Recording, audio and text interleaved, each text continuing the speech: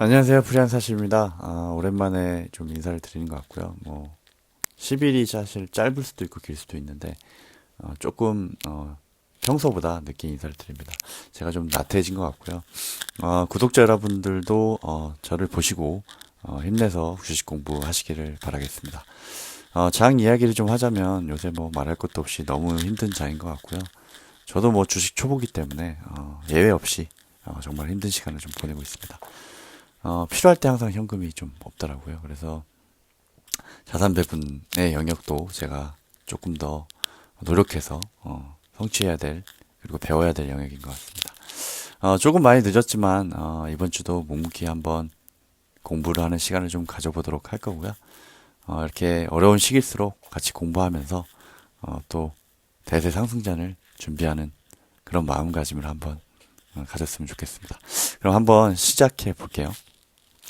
오늘은 그 도전적인 보고서 읽기라는 제목을 붙여봤는데요. 왜 보고서를 읽기에 도전적이라는 단어를 붙였냐면 보통은 읽기 어려운 주제거나 아니면 분량이 많은 경우에 조금 손이 안 가는 게 사실이거든요. 근데 오히려 가끔은 이런 보고서를 더 남들이 안 읽을 때 조금 더 도전적으로 읽어야 새로운 시야도 넓혀지고 새로운 정보 그리고 사회 변화상들을 알 수 있기 때문에 오히려 종목 발굴이나 이런 면에서 도움이 많이 됩니다. 그래서 53페이지에 도전적인 보고서를 좀 읽어볼 거고요. 그 보고서는 최근에 좀 뭐 블로그나 유튜브에서 많이 회자가 됐던 박석중님의 분쟁의 비용이 되겠습니다. 그래서 오늘은 분쟁의 비용에 대해서 한번 공부해보는 시간 가져보도록 할게요.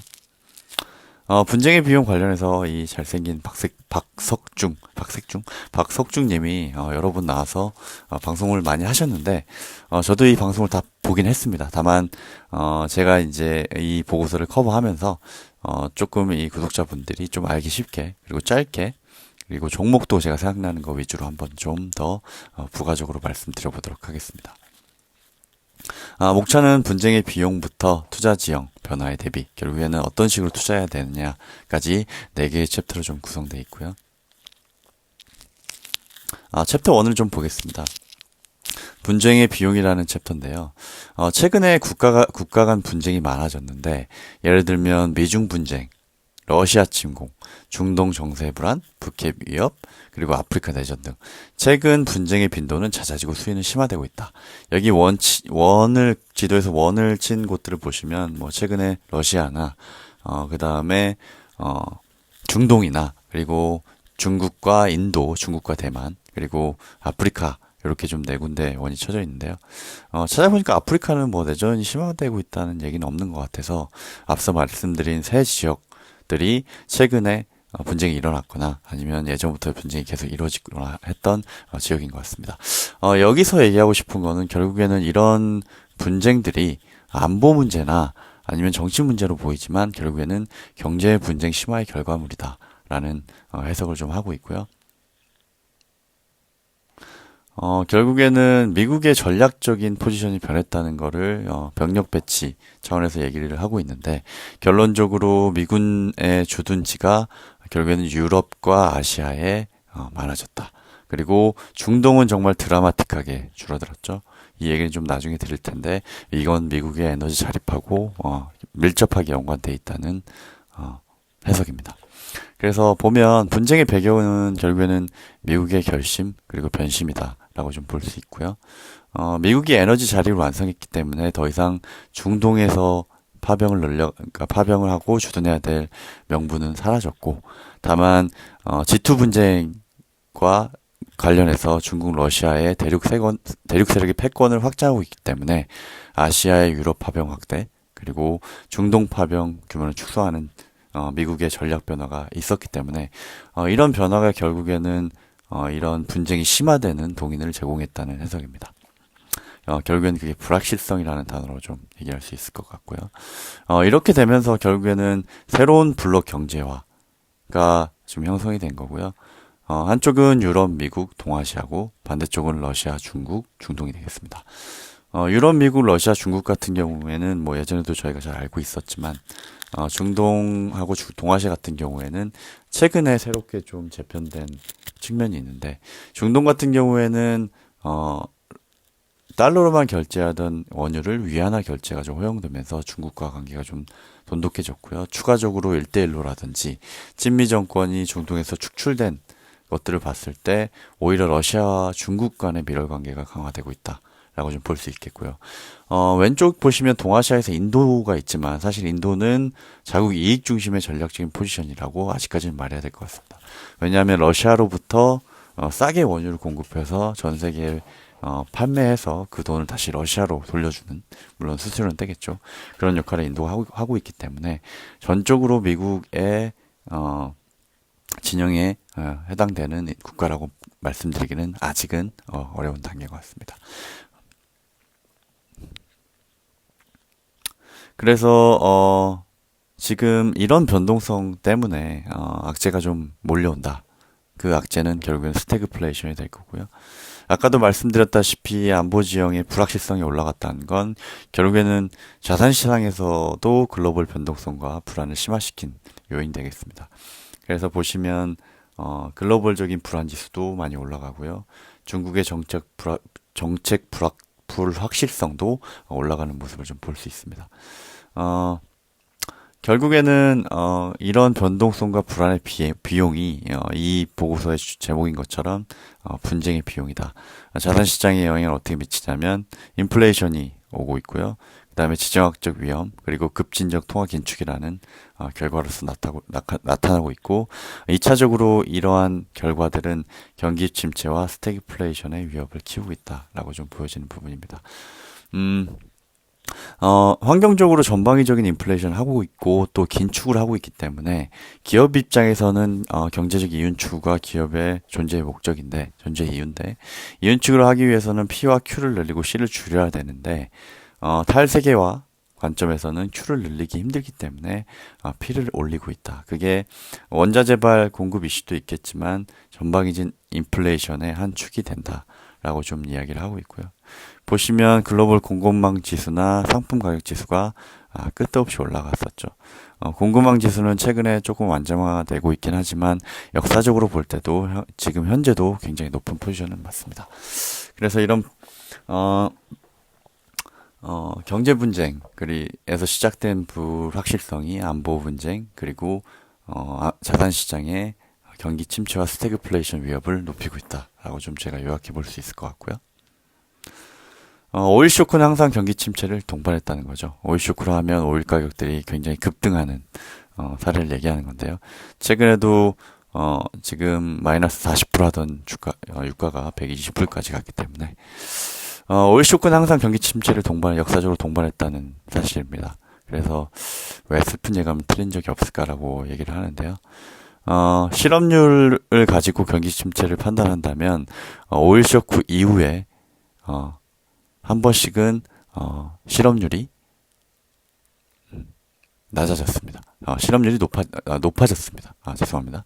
높아졌습니다. 그러니까 실업률과 유가의 피크가 대부분 약간의 렉은 있습니다만 일치하는 경향을 보였고 실업률이 높아지는 구간들이 약간씩 후행하면서 뒤따라온 모습들을 저희가 좀 볼 수 있고요. 그래서 이번에도 유가가 급등했기 때문에 오일 쇼크라고 하기는 조금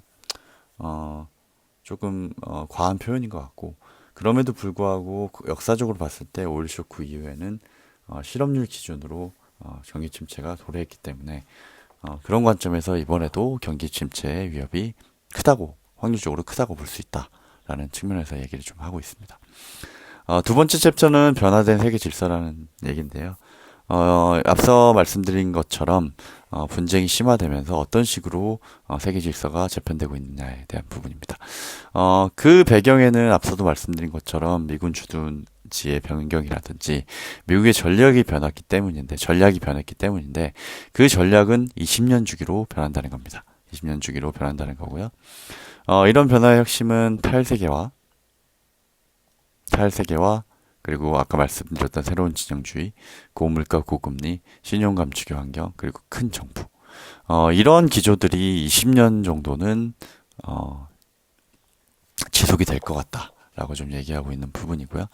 조금 더 세세하게 들어가 보면 제조업을 상실한 미국은 에너지 자료를 매개로 세계화의 가치를 버리고 중국 견제와 자국 우선주의 기초를 확립하는 쪽으로 전략적인 변화를 가져갔다는 부분이고요.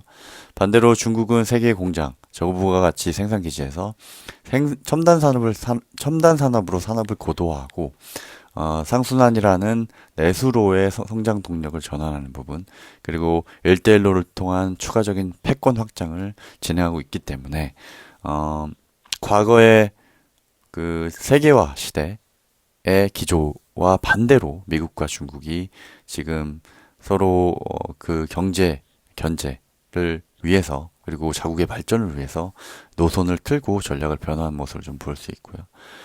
보시면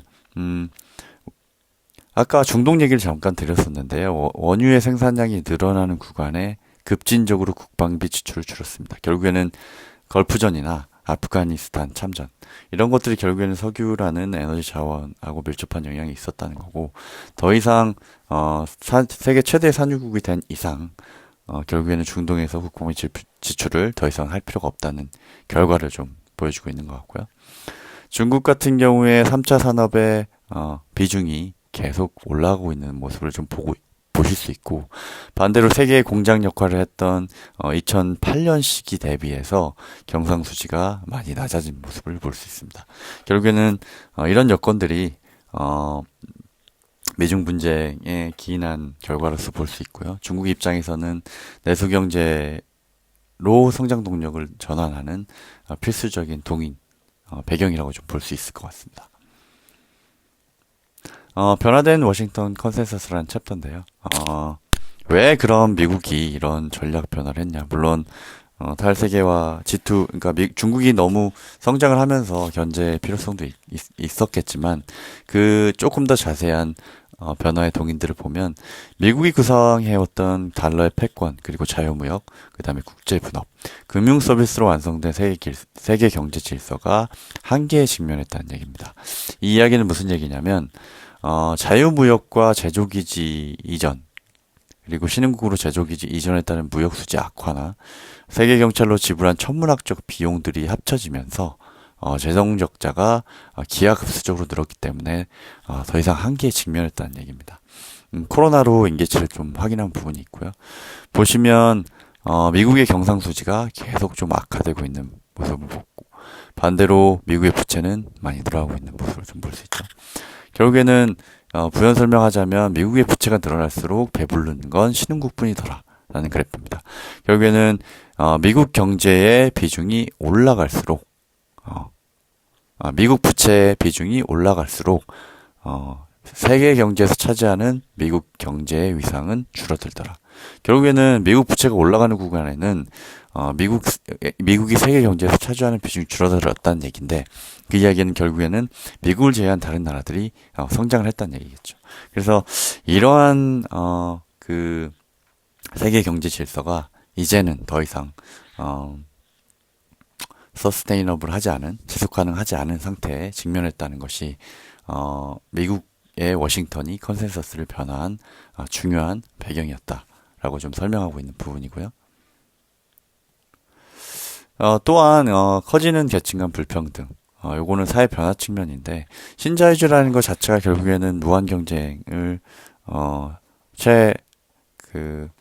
절대선으로 사실은 제시를 하고 있고, 그런 측면에서 계층 간 차별화가 본래부터 좀 심한 측면이었는데, 그게 이제 금융위기 이후에 양적 완화나 첨단 산업이 발전하면서 더 심화됐습니다. 소수에 집중된 불균형은 포퓰리즘 정책 출현을 이야기했다. 최근에 보면 극우 포퓰리즘 정당들이 정권을 잡는, 우리나라 얘기는 아닙니다. 뭐 프랑스라든지 사례들을 좀 많이 볼 수 있습니다. 이런 배경에는 결국에는 차별화가 심화되면서 포퓰리즘 정책이 조금 더 사람들이 눈길을 끌고 조금 더 호응할 수 있는 환경이 좀 조성된 부분이 있고요. 두 번째는 민주당에서 얘기했던, 그러니까 경제적 민주화라는 것이 사실은 차별화가 심화되면서 그런 것들이 굉장히 공허하게 들렸기 때문에 굉장히 몸에 와닿는 부분에서 유권자들이 느끼지 못했기 때문에 우파 정권으로 돌아서는 경우가 많아졌다라고 좀 해석을 할 수 있겠습니다. 그래서 전체적으로 전 세계적으로 우파 포퓰리즘이 성행하고 있는 배경에는 그런 배경이 좀 있다라고 좀 아시면 될 것 같고요. 그래서 소득재 분배나 독과점 기업의 징별, 세수 인상, 이념 논쟁 심화되는 이런 것들이 전 세계적으로 좀 발생을 하고 있고요. 그리고 세계화가 깨졌다고 말씀을 드렸는데 미중 분업이 파괴된 이유를 조금 더 좀 디테일하게 말씀드리면 달러 순환 사이클이 붕괴됐다는 얘기입니다. 이 얘기는 무슨 얘기냐면 중국이 제조업 중심의 생산 기술을 역할을 했을 때 달러가 사실은 중국으로 들어갔는데 이 중국으로 들어간 달러가 사이클이 어떻게 순환이 됐냐면 중국이 미국채 매입을 하면서 다시금 미국에 달러를 지급하는, 그래서 달러가 순환이 되는 경제 시스템이었는데, 여기 보시면 미국이 더 이상 국채를 사지 않고 있는 모습을 볼 수 있죠. 그래서 달러 사이클이 붕괴됐다는 얘기입니다. 그래서 미국 같은 경우에는 중국을 통해서 저금리 고성장을 좀 누렸죠. 왜냐하면 값싼 제품이 들어오기 때문에 경제 성장을 하더라도 인플레이션에 대해서 조금 중국 공장을 통해서 해지를 했지만, 중국이 더 이상 국채를 구입하지 않으면서 인플레이션도 조금 더 발생할 위협이 높아진 상황이 됐고요. 중국이 국채를 매입하지 않은 이유는 그 쌓인 자산으로 자신의 헤게모니를 확장하는 데 사용했기 때문에 이 부분도 당연스럽게 미국은 견제할 필요가 있기 때문에 이런 워싱턴 컨센서스가 바뀌었다고 좀 이해를 하시면 되겠습니다. 아까도 말씀드렸지만 미국의 컨센서스가 변화된 동의는 더 이상 세계의 경찰이 될 필요가 없다는 부분입니다. 세일혁명을 통해서 미국이 세계 최대 산유국이 됐기 때문에 더 이상 중동에 개입할 이유가 사라졌고, 이 부분은 국방비 축소에도 굉장히 도움이 되고, 국방비 축소는 재정적자 해소에도 도움이 되기 때문에 더더욱이 중동 지역에 국방비를 쏟을 이유가 없어졌고요. 문제는 세계 경찰이 사라지면서 아까도 말씀드렸지만 지정학적 분쟁이 더 커질 것으로 예상된다 라는 부분입니다. 실제로 러시아 우크라이나 전쟁이라든지 최근의 중동 분쟁, 이런 것들이 좀 심화되고 있는 모습을 좀 볼 수 있죠. 아무래도 경찰이 사라지면 싸움이 좀 많아지는 사례로 한번 저희가 설명해 볼 수 있을 것 같습니다. 이제는 투자에 대한 이야기인데, 결국에는 이런 세계적인 변화가 일어난다면 우리는 어떻게 투자를 해야 될 것인가에 대한 부분입니다. 저성장과 고물가, 고금리, 저신용이 20년 가까이 이어질 수 있다라고 좀 얘기하고 있어서 굉장히 좀 우울하달까요? 우울한 전망인데, 이런 변화된 워싱턴의 컨센서스가 단순히 몇 년짜리 컨센서스가 아니고 보통은 과거 사례를 봤을 때 20년간에 유지된 전략이라는 역사적인 분석을 했었고요. 그리고 분쟁의 비용이 자산 가격에 선제적으로 반영되고 있기 때문에 투자 패러다임에도 큰 변화가 예상된다라고 좀 얘기를 하고 있습니다. 그래서 박석중 님이 제시하는 전략은 대체 자산 비중 확대, 그리고 방어 배당 현금흐름 중요하고, 물론 국가 산업 자산군의 차별적인 투자가 필요하다라고 좀 얘기를 하고 있습니다. 그래서 이 그림을 보시면 결국에는 지금 4사분면으로 나와 있는데, 현재는 지금 저성장 고물가로 가는 시기다 라고 좀 얘기를 하고 있고요. 여기 보시면 플러스가 되어 있는 게 원자재나 기금속, 대체자산 얘기를 좀 하고 있고요. 저희가 보시면 고성장 고물가 시대를 2000년 3월에 겪었고, 이제 이 1사분면에서 4사분면으로 2022, 2023, 2024 이렇게 좀 넘어오고 있는 구간이라고 좀 표현했습니다. 그래서 이런 환경들이 조금 오랫동안 지속될 것 같고, 그 와중에는 대체자산이나 현금 흐름을 중요하게 생각해야 되고, 그 다음에 자산 간 차별적인 투자가 필요하다라고 좀 얘기하고 있는 부분이고요. 달러 강세와 엔화 약세는 계속된다고 좀 전망을 하고 있습니다. 역사적으로 달러 강세 사이클은 8년간 좀 지속이 됐는데, 현재 기준으로 보면은 15년도에 시작된 달러 강세가 8년이라고 하면 약 23년까지 지속이 돼야 되는 겁니다. 예, 그림 보시면 95년에 달러 강세가 시작돼서 03년도에 끝났고요. 80년도에 시작해서 거의 85년 정도에 끝났기 때문에 어, 이 달러 강세가 지속된다고 이런 역사적인 흐름을 반복한다고 하면 적어도 23년까지는 달러가 강세가 예상될 것 같고 엔저 같은 경우에는 두 개의 가장 큰 기축통화가 엔화하고 달러인데 미국은 금리를 계속 올리고 있는데 반해 일본은 금리를 전혀 올리지 않고 있기 때문에 당연스럽게도 엔화의 가치가 떨어지고 있다라고 좀 보시면 될 것 같고 일본 정부에서도 수출 기업이 많기 때문에 엔저는 굉장히 정부 입장에서도 환영할 만한 사항입니다. 아베노믹스라는 정책으로 엔저를 일부러 유도하기도 했었죠. 그래서 미국이 금리를 올리는 동안은 엔저가 지속될 걸로 이해를 해야 된다라고 좀 얘기하고 있는 부분이고요. 그래서 결론적으로 미국만의 호황, 급진적 긴축으로 달러 호황은 계속될 것으로 예상한다. 그래서 미국과 달러에 투자하는 것이 향후 20년, 뭐 10년이든 20년이든 긴 기간 동안 유효한 투자가 될 것 같다라는 판단입니다. 개인적인 생각으로 제가 생각나는 투자 자산이 EPR. 제가 많이 언급을 드렸죠. 레저리츠. 레저라는 것은 아무리 로보트가 돼도 저희가 향유해야 될 문화적인 거기 때문에 레저리츠고요. 달러에다 월배당이기 때문에 지금 박석중 님이 얘기했던 자산하고 대체 자산하고 어느 정도 일맥상통하는 자산이라고 좀 판단을 하고요. 현재 시가 배당률이 한 7% 정도 되기 때문에 거기다 월 배당이기 때문에 캐시플로우 측면에서 굉장히 도움이 좀 많이 되고요. 그래서 제가 이제 분기 실적 리뷰도 좀 올리고 했는데 좀 많이 봐주시길 부탁을 드리겠습니다. 뭐 이분들도 많이 봐주셔서 감사를 일단 드리고요. 조금 더 관심이 있으신 분은 이 영상을 좀 참조를 해주시길 바라고요. 그 다음에 두 번째 기업이 도요타인데 이 아이디어는 고유가가 지속될 거라는 가정과 그 고유가가 지속된다면 결국에는 도요타가 압도적인 하이브리드 경쟁력과 기술력 그리고 라인업을 갖고 있기 때문에 하이브리드 판매가 굉장히 늘어날 거라는 가정. 거기다가 아까 말씀드린 것처럼 엔저가 지속될 경우에 수출 기업인 도요타는 굉장한 호황을 누릴 여건이 마련이 돼 있다라고 좀 볼 수 있겠습니다. 도요타 주가를 보면 코로나 이전에 142불이었는데 지금 158불이고 퍼 같은 경우에는 10 정도기 때문에 싸다 비싸다 얘기하기는 조금 힘들다 애매한 상황이다라고 좀 볼 수 있을 것 같고 다만 주식이 미래 가치를 반영한다고 하면 자동차 산업에서 제일 중요한 게 EV 경쟁력일 텐데 도요타가 이 부분이 하이브리드를 믿다가 좀 많이 늦은 경향이 있습니다. 보시면 디자인이 뭐 좀 난해하고요. 뭐 얼룩덜룩하죠. 네. 그 다음에 이제 BZ4X라는 모델인데 이 모델이 또 바로 리콜이 나왔습니다. 그래서 도요타가 뭐 디자인도 그렇고 EV 기술력도 지금 많이 늦었다. 그렇기 때문에 도요타는 좋은 아이디어가 아닌 걸로 좀 해야 될 것 같습니다. 매출을 치고요.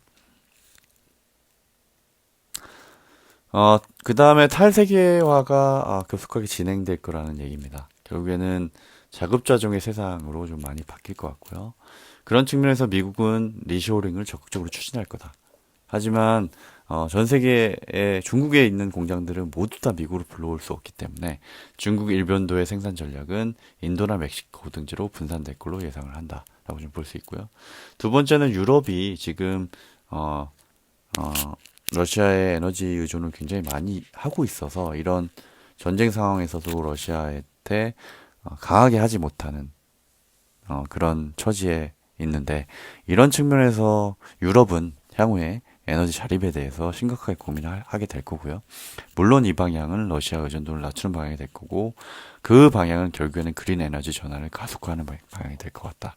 그래서 그린 에너지에 대한 투자도 조금 이런 분쟁의 시대에 유망할 것 같다라고 좀 얘기하고 있는 부분입니다.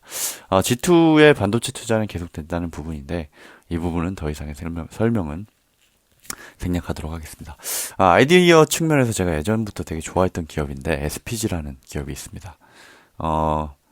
가전제품에 들어가는 모터를 주업으로 하는 기업인데 이 기업에서 최근에 일본에 이어서 두 번째로 양산에 성공한 제품이 이 감속기라는 제품입니다. 이 감속기는 회전 운동을 하는 모터에 기어를 연결해 속도를 늦추면서 힘을 전달하는 역할을 봅니다. 결국엔 모터라는 것이 한 방향으로 세게 돌거나 약하게 돌고 난데 예를 들어 로봇이나 산업 자동화 로봇을 하게 되면 빨리 갔다가 속도를 줄여서 멈춰야 되는 게 굉장히 중요하고 멈춰서 정밀하게 또 작업을 해야 되고 그래서 멈추는 작업이 굉장히 중요한데 그거에 해당되는 부분이 감속기입니다. 그래서 이런 감속기에 대한 경쟁력이 있는 기업이 SPG고 이 감속기가 중요하다고 생각하는 이유가 뭐냐면 공장의 생산 설비, 미국의 리쇼어링 측면에서 이런 산업 자동화에 많이 들어가기 때문에 중요한 것 같고요. 그 다음에 향후에 로봇 산업에도 감속기가 굉장히 많이 들어가기 때문에 굉장히 유망한 기업이라고 좀 판단하고 있고 예전부터도 좀 관심이 많아서 계속 지켜보고 있던 기업이 있습니다.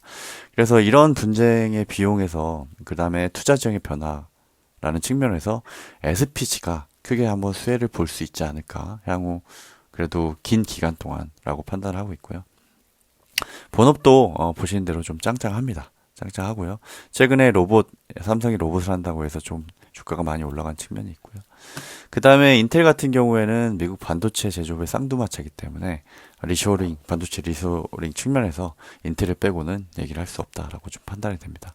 지금 퍼가 6인데 PC 수요나 이런 것들이 많이 떨어지면서 가이던스가 낮아지면서 많이 빠졌는데요. 배당도 3.8%이기 때문에 그래도 지금 안전한 주식이 아닐까라고 좀 판단해보는 부분입니다. 거기다 쌍두마차 중에 하나가 글로벌 파운드리입니다. 아직은 상장한 지 얼마 안 돼서 수익을 못 내고 있지만 최근에 분기별 실적이 올라오는 걸 보면 5억에서 두 분기 만에 1780억, 그러니까 50억에서 1780억까지 올라온 상태이기 때문에 수익의 증가가 조금 가파르게 올라오고 있는 모습이기 때문에 향후에 미국의 반도체 그리고 TSMC에 의존하던 그 파운드리 산업은 인텔과 그 다음에 글로벌 파운드리가 책임지지 않을까라고 좀 예상해 볼 수 있는 부분입니다. 오늘 도전적인 보고서 시간에 제가 시간을 줄여든다고 했는데 엄청 길어졌네요. 27분. 아무쪼록 길었지만 조금 유익한 시간이었기를 좀 빌고요. 다음 시간에는 제가 말씀드린 대로 SPG에 대해서 한번 공부해보는 시간을 가져보도록 하겠습니다. 로봇 산업에 대해서는 좀 관심이 많은데 유망한 이유가 좀 저는 세 가지 정도로 보고 있습니다. 향후에 자영업 인력을 대체하는 최근에 치킨 로봇도 나왔었고요. 그리고 미국의 제조업 리쇼어링 측면에서 로봇 산업이 필요한 게 미국의 인력이 비싸기 때문에 결국에는 국제 시장에서 가격 경쟁을 가지기 위해서는 로봇으로 미국의 비싼 인력을 대체할 수밖에 없다라고 좀 판단하는 부분이고요. 세 번째는 노령화가 전 세계적으로